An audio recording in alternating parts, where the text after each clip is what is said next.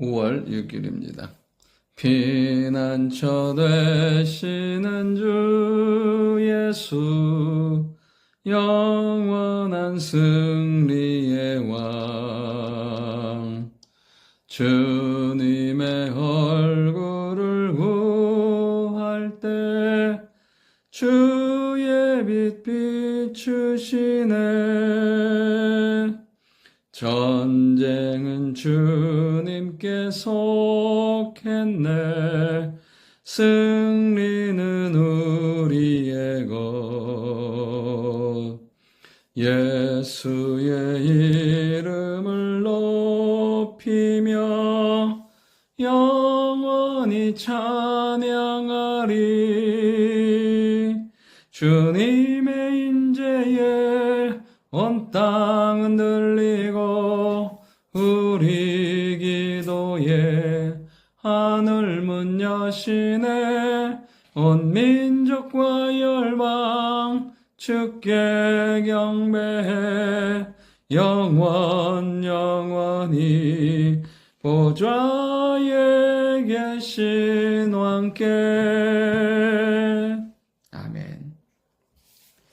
하나님 말씀 예레미야 29장 1절부터 14절까지의 말씀입니다. 본문의 말씀은 선지자 예레미야가 바벨론으로 잡혀간 왕들과 제사장들과 백성들을 향하여서 편지하는 내용이 나와 있습니다. 포로로 잡혀갔습니다. 부지 중에 노예로, 포로로 처참하게 끌려간 그들입니다. 어떠한 상황 가운데서 어떻게 살아야 될지도 모르는 절망 가운데 있는 그들에게 하나님의 말씀을 전하는 것을 보게 됩니다. 어떤 상황에서든지 하나님의 말씀이 있으면 절망하지 않을 수 있고 일어설 수 있고 승리할 수 있다는 사실입니다. 오늘도 하나님의 말씀이 우리의 인생의 삶의 지침이 되고 의지가 되고 능력이 됨으로 말미암아 살아나가고 헤쳐나가고 풀어나가고 승리하는 놀라운 역사가 있는 하루가 될 줄 믿습니다. 예레미야는 포로로 잡혀간 이들에게 어떻게 살지 말합니다. 어떻게 해요? 첫 번째는 그곳에서 살라. 집을 짓고 거기서 살며 텃밭을 만들고 열매를 먹으라고요. 아내를 맞이하여 자녀를 낳고 너희 아들이 아내를 맞이하며 너희 딸이 남편을 맞아 그들로 자녀를 낳게 하고 그곳에 살라고 말합니다. 그러니까 그냥 장소만 바뀌었지 똑같은 삶을 살라는 거예요.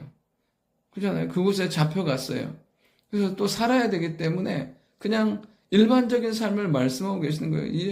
이 가나안 땅과 바벨론 땅 장소가 다르지만 똑같이 살라고 말씀하세요. 그러면서 그곳에서 뭐라고 말씀하시냐면 거기에서 번성하고 줄어들지 아니하게 하라는 거예요. 포로로 잡혀갔다고 해서 줄어들고 절망하지 아니하고 그곳에서 삶으로 번성하라고 더 숫자가 늘어나도록 그렇게 살라고 하시는 거예요. 그리고 또 뭘 말씀하시냐면 그 성읍의 평안을 구하고 그를 위하여 기도하라고요. 그 성읍이 평안할 때 너희도 평안하게 될 것이라고 말씀하고 계십니다.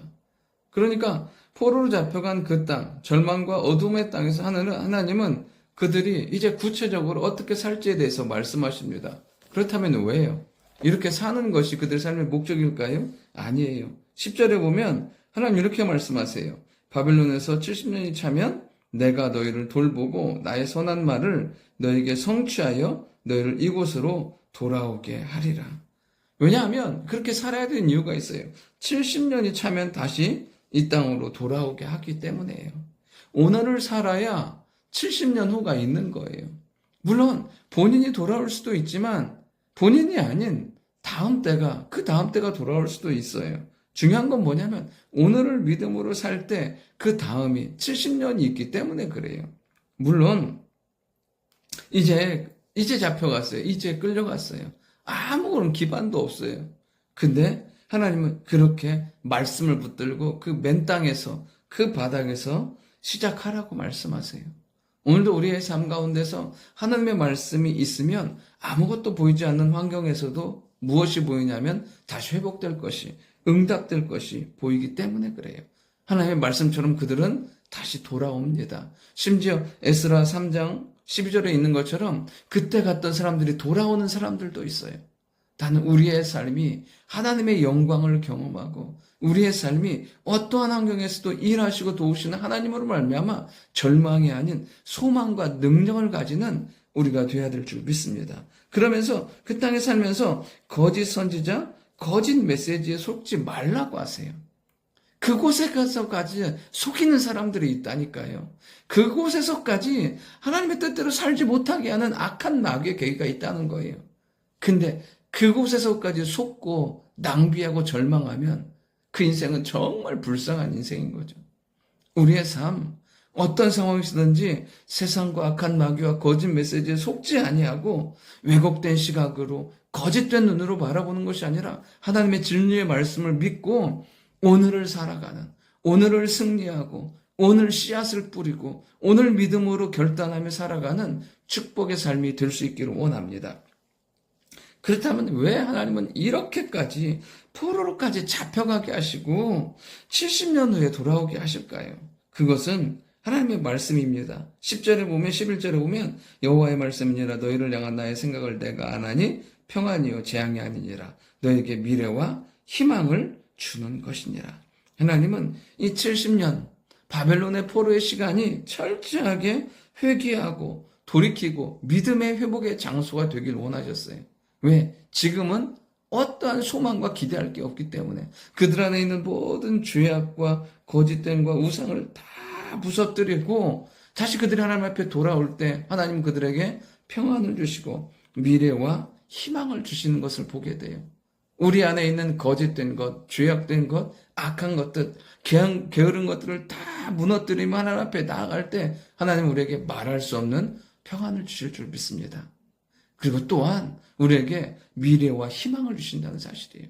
오늘이 아니라 앞으로 하나님께서 하실 크고 놀라운 일들을 우리에게 알게 하시고 그것들을 이루게 하시는 하나님의 놀라운 역사 가운데 살게 만들어 주십니다. 그러면서 하나님 뭐라고 말씀하시냐면 부르짖고 내게 와서 기도하면 내가 너희들의 기도를 들을 것이고 너희가 온 마음으로 나를 구하면 나를 만날 것이고 하나님의 임재 가운데 살 거라고 말씀하십니다. 그러니까 하나님은 기도에 놀라운 응답을 약속해 주세요. 만나주겠다고 말씀하세요. 그리고 어디에 있든지 다시 돌아오겠다고 말씀해 주세요. 이제 포로로 잡혀간 그들에게 하나님은 회복의 약속을 말씀하세요.